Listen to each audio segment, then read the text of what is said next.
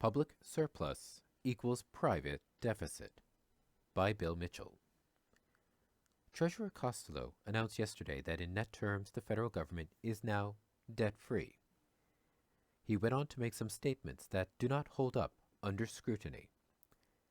First, he claimed that budget surpluses took pressure off interest rates. Sorry. Budget deficits put downward pressure on overnight rates as commercial banks scramble to rid themselves of excess reserves, and in doing so find that they are unable as a group to clear away a system-wide excess. That is why debt is issued in the first place under a fiat currency system, to allow the central bank to maintain a positive target rate of interest. Just study Japan for a while to see what happens when the central bank leaves an amount of excess liquidity in the system. What happens?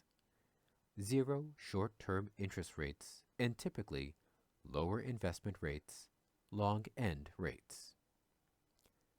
Second, he extolled the virtues of public saving. But it makes no sense to say that the public sector saves in its own currency. A budget surplus is not saving.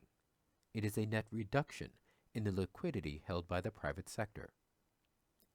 Third, he said that the federal government had paid back the Mortgage 39, as if it was analogous to a private householder finally gaining full ownership of the housing asset they had been paying off for some years. This is no analogy between the user of the currency, the government, and the users of the same currency, the private sector. The latter has a financial constraint on their spending, while the former has no such constraint and can spend what it wants, subject to real goods and services being made available, without the need to arrange financing. It is one of the biggest neoliberal myths that both sides of politics propagate, that the federal government has a financial constraint.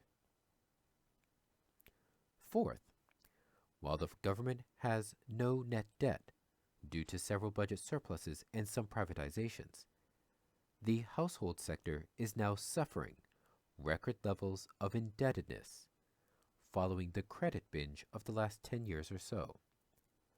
Figures show that the debt level is something like 165% of total household assets, which means that in a fire sale, the assets would not clear the liabilities. Further, an increasing amount of debt is held in speculative assets, which means that their current price is unlikely to remain should there be an economic crisis.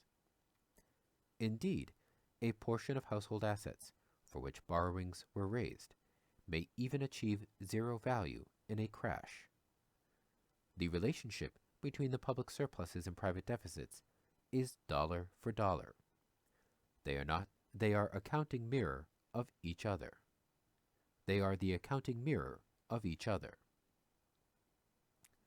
So when the government claims virtue in running surpluses, it is equivalent to imposing liquidity constraints on the non-government sector, such that to continue economic growth, the latter has to become increasingly indebted. Further, when the government claims it is reducing debt, it is equivalent to them squeezing the private sector for liquidity and forcing us to liquidate our wealth. In this context, the government bonds. The storm clouds are approaching, though which will sheet home the economic follow of running budget surpluses, which create fiscal drag on growth and directly cause mass unemployment. Don't forget that there are approaching 2 million Australians who either do not have enough work or have no work at all. The lack of demand in the Australian economy is directly related to the fiscal drag, but within that environment, several factors are important. 1. The petrol price rises are now feeding into the inflation rate, and with a Pavlovian central bank in our midst, interest rate hikes are coming, with the household sector at record levels of indebtedness and hence precariously poised, significant numbers of bankruptcies will follow. 2. There is evidence that the household sector is starting to restructure their balance sheets to restore some security to their financial positions. That means less consumption growth. Again, bad for aggregate demand levels and employment levels. 3. The current growth engine is the minerals boom, and the latest evidence would suggest that this is now finite. China is signaling that they are about to put the brakes on. 4. The pursuit of surpluses has also undermined the integrity of our public infrastructure. Hospitals are in poor shape, as are roads, universities, schooling in general, to note just a few crucial sources of long-term economic prosperity that have been neglected by the short-sighted macroeconomic strategies of the federal government.